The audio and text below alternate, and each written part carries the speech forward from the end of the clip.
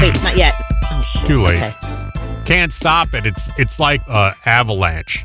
Okay. Once you hit send, you're live on Twitch, and I can't stop that. So I love that. I love that you equate it to us being on Twitch and on the radio to being an avalanche. I can't stop it. That's the only thing. Mm-hmm. Once I get it rolling, I can't say no, stop. I don't want to go on Twitch quite yet. Sorry, too late.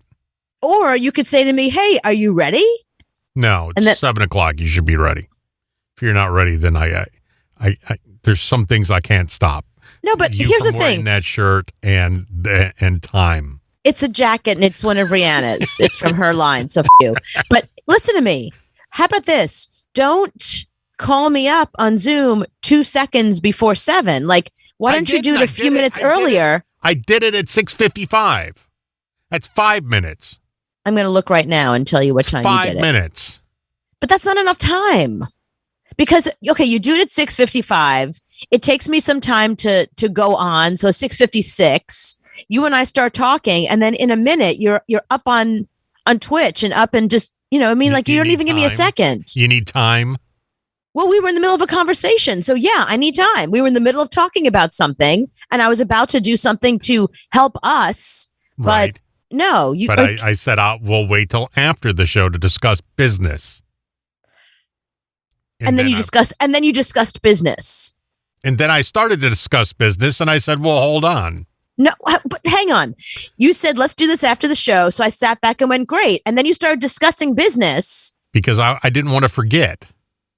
But then you can't, but in the middle of a conversation. I didn't want to forget.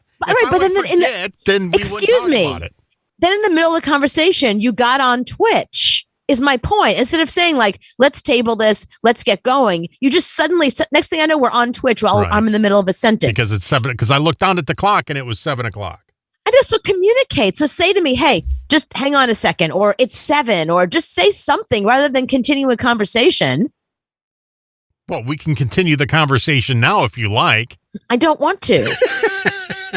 But you do this all the time. And here's what you do. Okay. Uh-huh. We'll be talking on the phone and I'll say, okay, so is everything cool? Click. You're just gone. There's no goodbye. There's no, yes, everything's cool or we're good. It's just over. It's just like things to do. I'm at this level. You have to catch up with me at this level. If you can't, then I leave you behind. It's not at this level. This level is rude. It's rude. And I'm rude. Have you not are learned rude. That? I'm not going to start not being rude now. But you're the reason why people say that in radio, which is communication, people don't communicate. It's one of those like cliche, trite things that people always say, hey, we're in communication and we're terrible at communicating. And they think it's hilarious until they meet you and they're like, oh, so this isn't a cliche. You actually work with a person who does not communicate with you properly all the time. Got it. Oh, I don't communicate at all. I'm not going to hide it at all. I love how proud you are of that. Yeah, like it's I'm a not good gonna thing. Start now. I'm not going to start being a different guy now. If people can't deal with it, then move on. It's like I was in the grocery store the other day and a guy just stopped right in the aisle and just stopped. And he's talking to somebody. I'm like, on the phone? No, he's talking to somebody in front of him. But he's blocking 2 lanes. And I had to say, yo, douchebag, walk. Is that rude? Well, listen, we're not arguing whether you're rude or not. You are rude. That was very rude, but he was being stupid, and I had to point out that he was being stupid. I know, but I'm not some stranger in a supermarket who's being a dumbass and being entitled and not moving out of the way. I am your radio partner for over 11 years now. And so I expect to deal with me from that. I expect a different level of rudeness from you.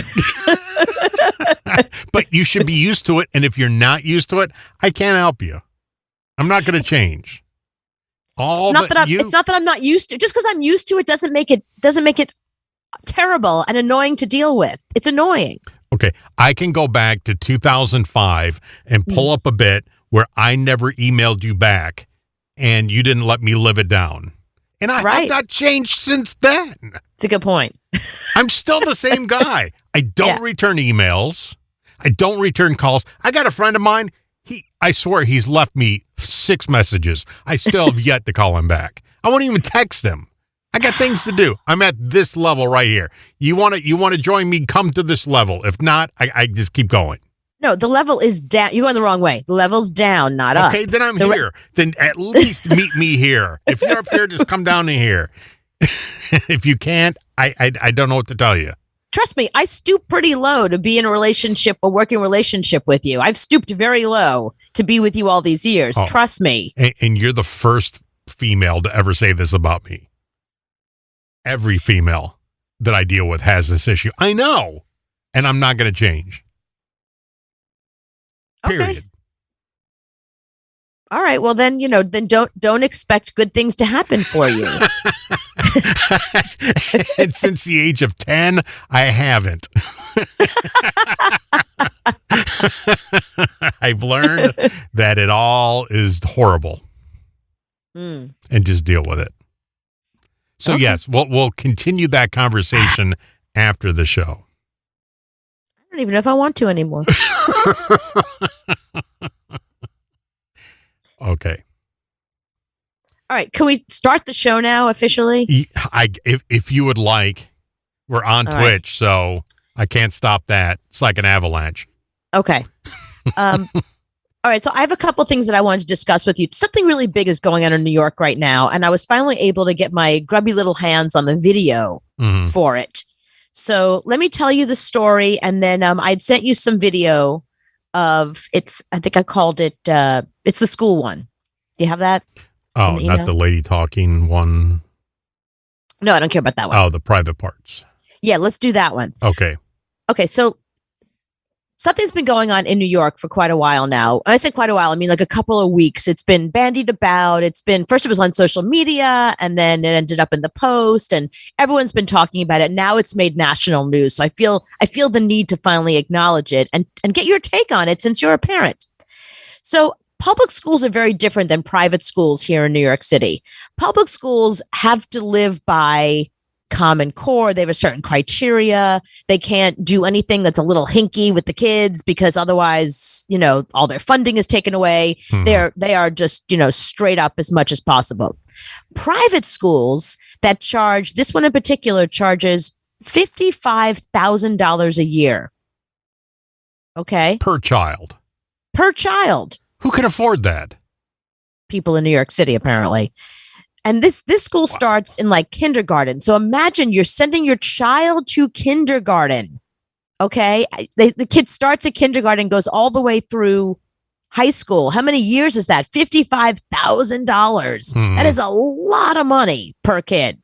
So with a private education, they make the assumption that the parents are busy, not spending as much time with their kids, or they expect a different level of education, but they get away with stuff in private schools that public schools do not get away with. So there is a teacher, and she's sort of well known, Mrs. Forte. People know her because she is known to teachers and to parents for being somebody who teaches sex ed to private school kids. And she goes there, especially with high school kids. Like she goes there. The things that she's very realistic, things that kids are actually doing and talking about. She uses those terms. She talks with them. She talks about anything like gender non-binary stuff. She talks about appropriate touch, not appropriate touch, consent, all the things that kids need to know now. She's very current. The reason why everyone's upset with her, the reason why the parents are upset with her is because she showed a video, a sex education video. She's there to teach sex and health to second and third graders, I think, with 6 and 7 year olds. What is that? Second grade, third grade? Yeah, second, third. Okay. So these kids are 6 and 7 years old. And this is the video that she showed them. So I want to play it so people can hear it. And then you as a parent, I'd like you to comment on some of the video as it plays along, just to see what you would think if this was your school and your kids. It. You almost hit me in the pee-pee. What's so funny, you two? He said pee-pee. Do you notice that when you say pee-pee, you giggle, but when you say penis, you say it in a serious voice? No, I say it with a funny voice. I never noticed that Penis. before. We Some can't take children penis and serious. adults feel uncomfortable when they talk about their private parts, so they make up cute or funny names for them. What's one for a girl's private parts? Here we go. Berg. Vajayjay! Now they Manhole. giggle. But what does Scoops mean when he says vajayjay? He means vulva. That's right, It doesn't Kayla. mean vulva. That's a car. It's important to use the proper words for our private parts. Why? Because our private parts are just as amazing as our hearts, lungs, brains, Some of us is more amazing. or any other of our amazing body parts. But our hearts pump I don't think blood, the our opposite lungs of penis breathe, is and our vulva. brains think. All our private parts do Isn't it penis and vagina? Why isn't she saying vagina? Why vulva? Yeah, why is it different? That's not entirely true, Scoops. It is true that a person pees or urinates through a hole called the urethra in the penis. Does everyone have a urethra? They do. It can be harder to see, but girls have a Where's her tiny pee-pee? hole in the front of the vulva where And they're urine pointing to comes the out from pee-pee. their urethra. Uh-oh. Urination is actually very important. And now It they're helps us showing get the rid of characters waste, urinating. stuff our body doesn't need. That's How come my grosser penis than gets anything big else they're sometimes talking and about. points up in the air? That's called an Okay, wait, erection. hang on. Now, this is the part that's getting people upset. I want you to rewind this just a teensy tiny, and this is what the little boy character asks. My penis gets big sometimes and points up in the air. That's called an erection. Sometimes I touch my penis because it feels good. Sometimes when I'm in my How am I 7 years old and not in the back of the class laughing my ass off? bath or when mom puts me to bed, I like to touch my vulva too. You You're not touching have a your vulva. clitoris. We don't know what that There, is. Kayla. I've washed my vulva before and waxed Probably it. feels good to touch the same way Keith's penis feels good when he touches it. But have you ever noticed that older kids and grown-ups don't touch their private parts in public? Some of them do. If they Yeah. didn't, we wouldn't have a show. They don't? That's right. That's Keith. true. There's It's a guy in my okay to neighborhood that was doing it today. touch yourself Literally just walking around. That's what the F train is for. and see how different body parts feel. So, But it's so the F best to stands for. only do it in private. Well, if private parts are so special, why do you cover them up? Exactly. I agree question. with you, little chicken thing. Because they are private, silly. That's right, Kayla, because they are private. What about nudists? Pass Why it. don't you talk about They're nudists? strippers.